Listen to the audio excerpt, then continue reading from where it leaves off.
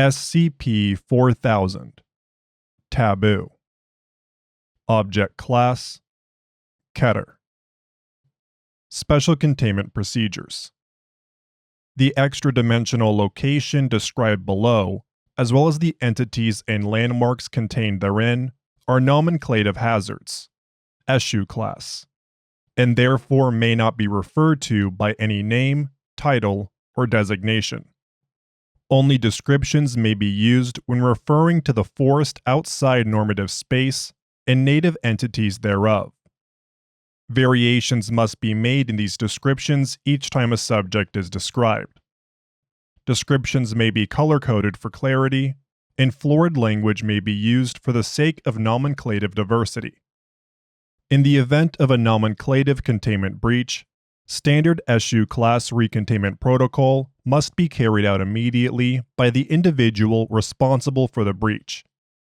If the individual is rendered unable to perform the procedure, the responsibility falls to the individual's next of kin. If the individual responsible for the breach has no known next of kin, the individual's name must be expurgated from all existing documents and records. Any other individuals possessing the same name are to be administered Type G viral amnestics and assigned a new one. In accordance with Order 05-4000-F26, at least one successful expedition into the strange and dangerous woodland area must be carried out per year to assess any deviations from baseline abnormality. Due to the high risk involved in entering the place where the nameless are found, personnel sent to conduct research must be trained in standard exploration protocol as detailed in 4000 SCP. Unauthorized documentation of the forest found in chimneys must be suppressed via standard information containment protocol. Unauthorized individuals with knowledge of Procedure 4000 Halloway are to be administered amnestics and may be released following a period of disquisitional rehabilitation. Footnote 2. Amnestic class to be determined on a case-by-case basis. Description: the SCP in question is an extra-dimensional forested area with numerous anomalous qualities, including a hazardous nomenclative phenomenon. This anomalous location is accessed by performing 4000 Halloway. See document Doc 4000H. After completing the procedure, subjects emerge from the opening of a dilapidated brick well fixed into the forest floor. The only way to reliably traverse the unusual terrain is by use of a single dirt path. Explorations that diverge from said route have resulted in immediate loss of contact with participating subjects. The sole safe road may only be traversed in a single direction, and any attempt by subjects to turn back and return the way they came will result in similar loss of contact. The unnamed world does not adhere to the constraints of linear space. Cartographic endeavors have resulted in vastly different routes being recorded with each expedition, and sections of the mandatory trail which should logically overlap or intersect do not. Footnote 3. Similar topographic abnormalities have been observed in geonormative forest as well, though no direct connections between these phenomena have been confirmed. The only consistency in the layout is the access point, which is always located at both ends of the main road. The only way for a subject to safely exit the woods which have no name after they have begun following it is by walking its entire length and returning to the place where they began at the opposite end. A variety of anomalous entities native to the nameless habitat have been documented. Native entities often undergo changes in physical structure when unobserved, which has made it difficult for researchers to determine which recorded entities are unique beings and which are newer iterations of those previously documented. Entities claim they have no control over these changes, and frequently express dissatisfaction when they occur. Native entities often obstruct the trail which subjects tread, making it necessary for subjects to interact with them to progress. Native entities are sapient, and often highly temperamental, but can be interacted with safely as long as 4000 SCP precautions are followed. Footnote 4. Rare occasions have been recorded where native entities appeared inherently amicable toward human life. Consequences for disregarding these precautions will vary depending on the personality of the offended entity. Degrees of retribution encountered by research subjects have included verbal rebuke, acts of violence, and anomalous alteration of the subject's physical, conceptual, or nomenclative attributes. Various anomalous phenomena may occur when consistent nomenclature is applied to the realm of the unnamable, its native entities, or its landmarks. These phenomena are still poorly understood, partially due to the prohibition of nomenclative experimentation under Order 05-4000-F26. Documented nomenclative phenomena have included episodic cluster headaches among subjects exposed to affected nomenclature, visual and auditory hallucinations among exposed subjects, usually involving environments or entities described by nomenclature. Gustatory hallucinations and phantosmia have also been reported in a small subset of cases. Sudden onset of psychogenic amnesia among exposed subjects. The development of non-human physical characteristics among exposed subjects, such as feathers and pollen sacs. The development of biological components and non-biological mediums where nomenclature is written or recorded. Sudden involuntary transport of exposed subjects to the wilderness of unnamed things without the use of Procedure 4000 Halloway. Manifestation of various flora within indoor spaces where nomenclature was used. Sudden transport of native entities to areas where nomenclature was used. Biological fusion of exposed subjects and native entities. Biological fusion of native entities in architectural spaces where nomenclature was used. Extreme iron deficiency in exposed subjects, with an absence of expected negative side effects. Order 05-4000-F26 was ratified by the Overseer Council in 1954. A 1970 amendment requires that 05-4000-F26 receive unanimous endorsement from the Council every 10 years in order to remain in effect. To date, no Overseer memos regarding 05-4000-F26 have been disseminated to lower clearance levels. Notable containment breaches. The following are examples of anomalous phenomena observed during nomenclative breaches. Breach date, 9th of June, 1954. Named subject, the glade of which we seldom speak. Summary. Initial discovery and subsequent breach took place in an abandoned home in rural Connecticut. Circumstances of the discovery are unclear due to a lack of surviving personnel, but a general timeline of events have been established. Timestamps are in standard NATO format. 1340. The Hollow of Unspoken Titles is discovered and given a temporary Type E designation. Footnote 5. Archaic Object Class used as a preliminary designation for newly discovered anomalies still in an unsecured state. By Field Agent Garrett Bradley, creating nomenclative breach. 1345. Field Agent Moira Donoti enters the land beyond the flue and is never recovered. 1347. Agent Bradley begins to gradually sink into the hardwood floor. Nearby agents flee the area. 1348. Soon after exiting the house, all agents are suddenly rendered immobile, with the exception of Timothy Woods, who was not aware of the Type E designation. 1349. Immobilized agents vocalize distress as their torsos elongate. 1351. Elongation ceases after agents have reached a height approximating that of the chimney where Procedure 4000 Holloway was performed. Smoke expels from their facial orifices.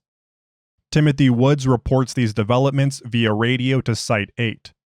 Secondary breach is caused when Timothy Woods repeatedly uses the phrase, the redacted, to describe the world where words have power.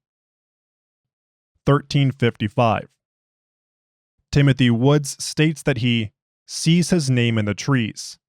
Site-8 personnel press Timothy Woods for further information. Timothy Woods attempts to orally consume his radio and soon expires from internal injuries. 1359. Timothy Woods' correspondents in Site-8 are observed suffering from severe headaches and are placed under quarantine. 1424. Osteal protrusions resembling tree branches emerge from the orbital cavities of quarantined Site-8 personnel. Personnel report no physical discomfort, despite exhibiting full globe luxation in both sockets. Afterward. Nomenclative anomaly eventually discovered after numerous cycles of multivariable D-class exposure to affected Site-8 personnel. Breach date: 22nd of December, 1955. Named subject: the footpath which loops around the entire area. Summary: Desk completed the first successful exploratory mission in the grove beneath nameless stars and was immediately quarantined. After exhibiting no anomalous effects for 72 hours, Desk was then allowed to write an account of his experiences. When researchers returned to check on his progress, Desk had vanished. Traces of soil and human tissue were later found in the pencil, paper, and Harvey Mansfield Desk had used in his writing. Breach date: 19th of August, 1958. Named subject: the native entity that sits atop a throne of bones and cradles a flaming child. Summary: after completing an exploratory mission, Field Agent Ethan Mercy used the same epithet several times when describing a particular native entity. Several minutes later, he complained of severe nausea and began to vomit blood and bone marrow. Over the course of several hours, Agent Mercy was reported to have somehow orally expelled most of his bones. Personnel throughout Site-8 experienced auditory hallucinations of a woman's laughter for the next several days. Breach date: 4th of March, 1966. Named subject: the native entity that resembles a feathered lion with a skeletal ram's head. Summary: college student Vanessa Hayforth attempted to check into numerous medical facilities in and around Portland, Oregon, complaining that her head had become covered in flesh despite exhibiting no signs of unusual tissue growth. She was eventually detained by Foundation investigators and found to be in possession of a book that described, among other things, Procedure 4000 Holloway in its entirety. Footnote 6. The full contents of the book are restricted to Level 5 personnel under Order 05 4000 F26. However, official statements have noted that certain rituals and locations described in the book bear strong similarities to SCP-1660 and SCP-860. Recent declassifications have revealed that another passage may have been written in reference to SCP-3560, which was discovered more than 50 years after the book's recovery. The significance of SCP-3560 potentially predating the existence of Anderson Robotics has yet to be determined. After stipulating that Foundation personnel assist in removing the flesh from her head if she cooperated. Footnote 7. No such procedure was ever carried out. Hayforth confessed that she had received the book from an acquaintance in the Wanderer's library. Afterward. This was the first known case of a civilian-triggered nomenclative breach. Similar incidents have occurred intermittently since. In 2012, a native entity was photographed that superficially resembled a young Hayforth, more than 2 decades after Hayforth died in Foundation custody. Breach date: 30th of October, 1992. Named subject: the house in which Michael Ashley Vincent spent several nights during his exploratory mission. Summary: Agent Michael Ashley Vincent, who had completed an exploratory mission several years prior, used the possessive phrase, redacted house, several times while recounting stories to 2 of his colleagues, who did not have names. Footnote 8. This statement has been flagged for potential memetic corruption. Note from Dr. Storm: I don't care what the record says. After 30 years in the Department of Memetics, you learn when to follow your gut. And right now, my gut is telling me that there's something off about this. Sometime later, a large brick building manifested inside Site 8, intersecting with existing architecture. Michael Ashley Vincent's headless body was found inside, seizing violently infused at the neck to a light fixture made of elk antlers. His face, which did not appear animate, had enlarged to take up the entire surface area of the building's floor. Field agents sent into the face's mouth found that it did not possess a full digestive tract. However, Michael Ashley Vincent's nameless colleagues were reported to have been conjoined with its uvula. Addendum: 4000 Holloway. The following is a censored list of instructions for accessing the horizon beyond labels. Certain steps have been omitted in this version of this document. Phrases and counterphrases at the end of the procedure will differ depending on the subject's type category. The oldest child in their family, type 1, the middleborn, type 2, or the youngest only child, type 3. Step 1. Using organic kindling, start a steady flame within any indoor fireplace. Step 2. Combine the powdered bones of a male red fox, Vulpes vulpes, any age, an adult male lion, Panthera leo, and a baleen whale, Mysticeti, any age, any gender. Cast the mixture into the fire. Step 3. Take an easily burnt personal possession of strong sentimental value and allow the fire to consume it. Step 4. Carefully release 3 feathers from any black-plumed bird of the genus Corvus over the fire and allow the smoke to carry them up the flue. Step 5. If the fire begins to emit vocalizations, respond with the appropriate counterphrase. See phrases and counterphrase below. Step 6. If the correct statements are given, the fireplace will expand and the ladder will descend. The fire will be harmless. Step 7. If incorrect statements are made for any reason, immediately apologize and do not attempt Procedure 4000 Holloway again at any point in the future. Note: individuals who are present during Procedure 4000 Holloway but are not the ones conducting Procedure 4000 Holloway must not respond to vocalizations or approach the active fireplace under any circumstances. Phrase and counterphrases. Variant 1. Type 1 subjects. Phrase: these woods have rules. Counterphrase: or so they say. Phrase: and if you break them. Counterphrase: a price I'll pay. Variant 2. Type 2 subjects. Phrase: is someone there? Counterphrase: there's only me. Phrase: and who are you? Counterphrase: I guess you'll see. Variant 3. Type 3 subjects. Phrase: what do you seek? Counterphrase: to walk the trees. Phrase: now mind your manners. Counterphrase: to walk them please. Addendum 4000 SCP. Note: the following is a truncated list containing only instructions that are crucial to survival. Personnel assigned to explorative duties must also familiarize themselves with 4000 SCP-3 through 8 before embarking.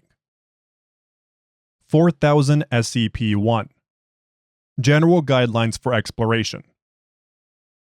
You must be equipped with a standard Foundation expedition pack prior to entering the place where names are not allowed. Do not consume any food other than the rations included inside the standard Foundation expedition pack. Do not bring firearms into the Dimension of Trees under any circumstances. Type 1 subjects must avoid accepting or directly handling that which could be considered a valuable resource. This includes, but is not limited to, forms of currency, precious metals and stones, objects imbued with useful anomalous properties, and well-crafted weaponry. Type 2 subjects must avoid any native entities that regard the subject with affection or romantic attraction, and must not give the appearance of reciprocating these feelings in any way. Statements made by a native entity which profess affection or romantic attraction for a Type 2 subject are false. Type 3 subjects must avoid partaking in activities that are commonly considered frivolous, luxurious, or physically comforting. This includes, but is not limited to, dancing, smoking, playing with toys, drinking anything other than water, listening to music, and sleeping on a padded surface. Structures encountered along the way you must travel may be entered after knocking at the entryway.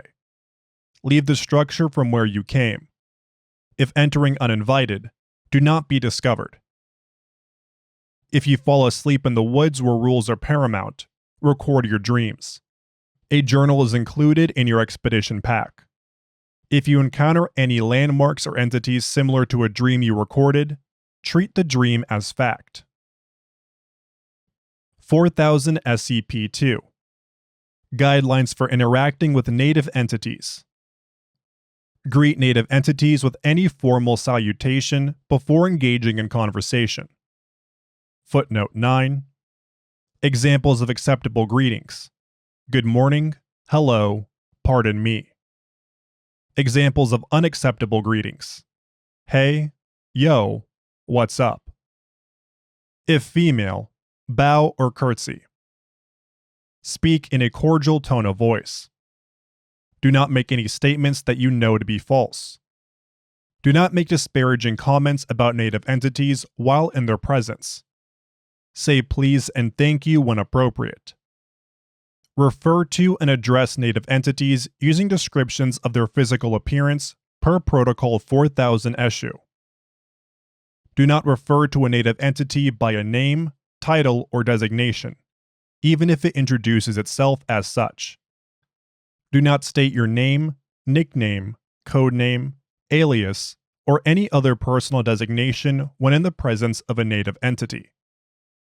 If a native entity offers to assign you a name, title, or designation, politely decline. If a native entity makes a statement in which it addresses or refers to you by a name, title, designation, or anything other than a physical description, ignore the statement as though it had not been spoken. If pressed for information that is considered confidential, refuse, briefly apologize, and bow. If a native entity appears to require your assistance, consider its appearance before choosing to help. A. If the entity appears threatening, do whatever is necessary to aid it. B. If the entity appears attractive or harmless, do not approach. C. Always feed a native entity if it is hungry. This overrules B. Do not attempt to mount any bestial entities you encounter unless it has earned your trust and given you its consent. If you are offered a physical gift, receive it with both hands. Do not discard this gift, even if it appears to have no use or value. This rule does not apply to Type 1 subjects. If a native entity offers you a non-physical gift or attempts to initiate a trade, politely decline. You may accept food offered by native entities and offer that food to other native entities you encounter, but do not consume it yourself. Do not sleep in any lodging offered by native entities. You may sleep inside the residence of a native entity, as long as you do not have an invitation to do so. If a native entity offers to accompany on your journey, accept, but do not tell them where you are going. If you are aided by a native entity, you must aid it in return if you have not done so already. If you encounter an incorporeal humanoid that claims it is not a native entity, disregard all previous protocols and follow its instructions. Addendum. Interview Log 4000-215. The following is a series of interviews conducted by Dr. Eugene Jappers over the course of several years. This data has been expunged from all general documents under 05-4000-F26. Encounter 1. Interviewer. Dr. Eugene Jappers. Interviewee description.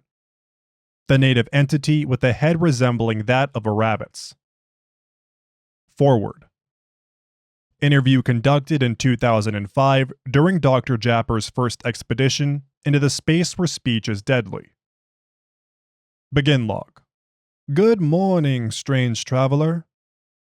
Dr. Jappers. Good morning. It's nice to see a new face around these parts. Kindly excuse the smoke, just airing my thoughts. How is your name? I'm sorry. I'm afraid I can't tell you that. Dr. Jappers bows. Are you simple?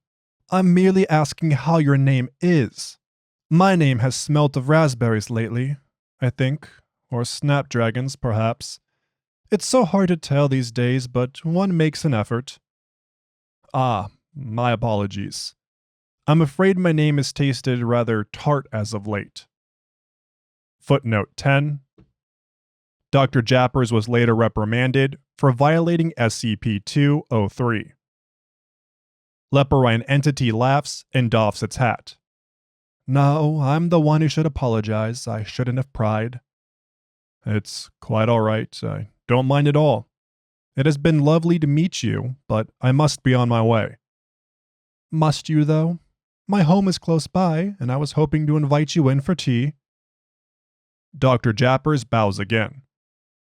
I'm terribly sorry, but unfortunately I cannot stop at this moment. Perhaps another day. Very well. Until next time, stranger whose name tastes rather tart. End log. Encounter 2. Interviewer. Dr. Eugene Jappers. Interviewee description. The gentleman with the leporine visage. Forward. Interview conducted in 2008 during Dr. Jaspers' fourth expedition into the burrow betwixt the bricks. Begin log. Dr. Jappers crests a hill and discovers his hare-like acquaintance tending to a patch of cabbages. Good afternoon, stranger, except, pardon me, we've met before, haven't we? Dr. Jappers. Good afternoon. I believe so, yes. 3 years ago, if memory serves.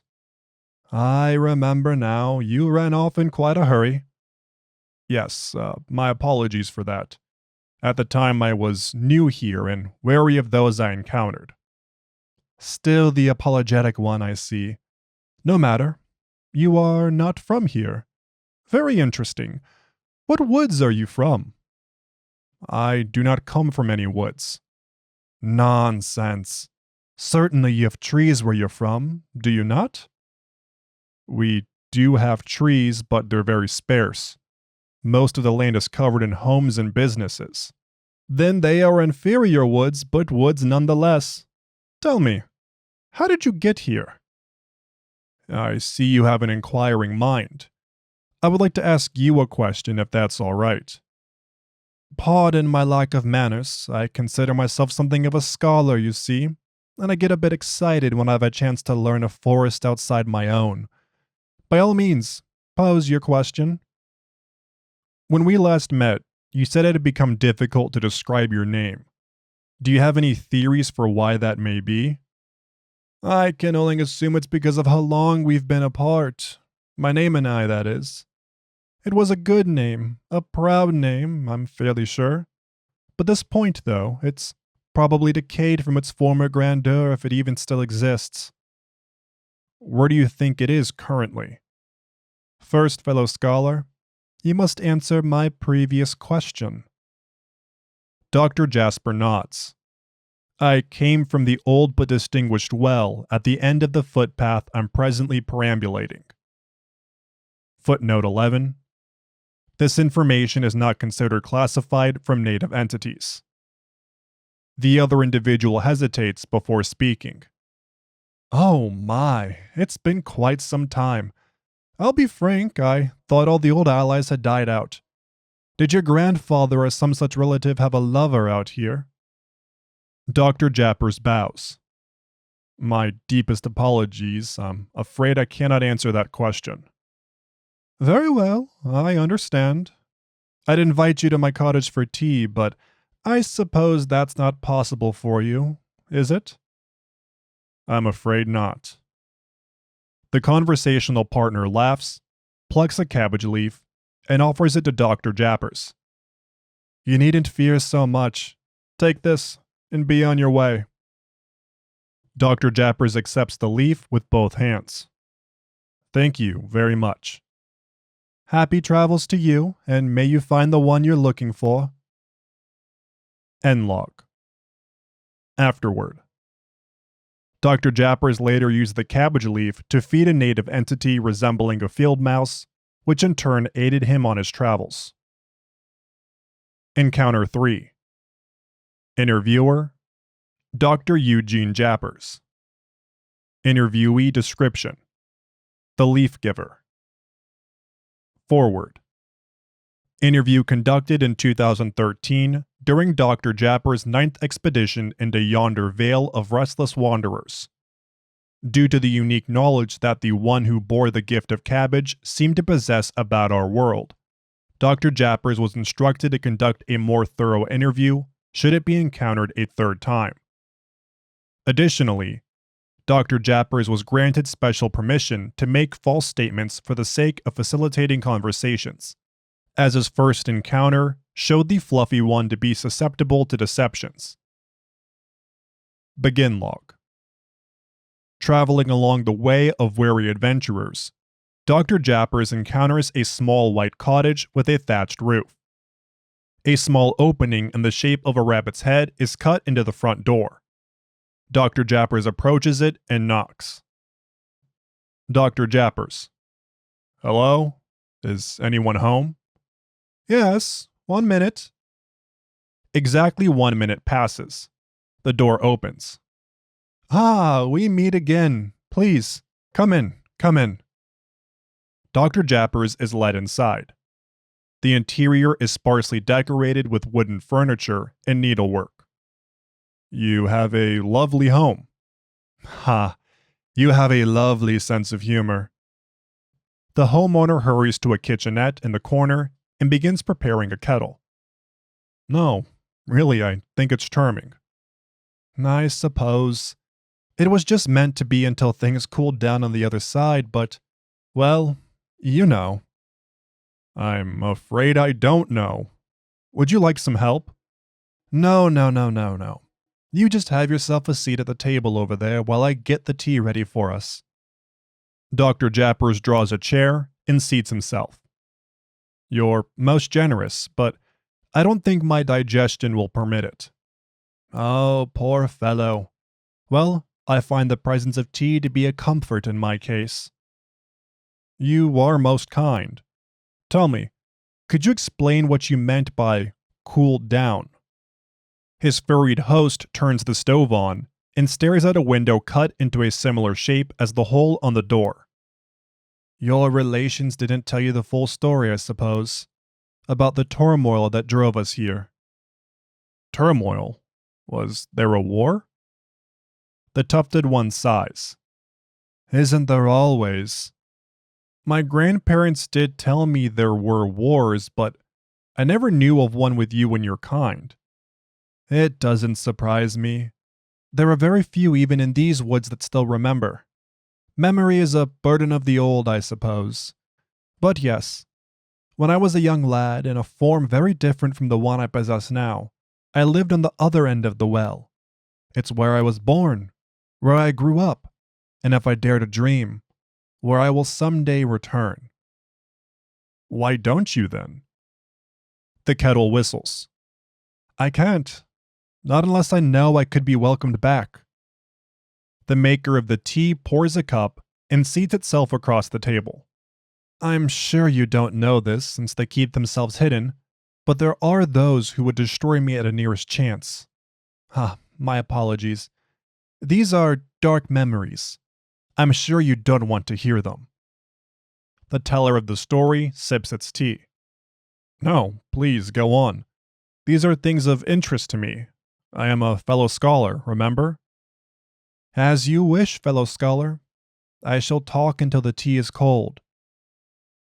It clears its throat. Much as it grieves me to say it, we were betrayed. We had fought side by side, you know, in the war against that factory.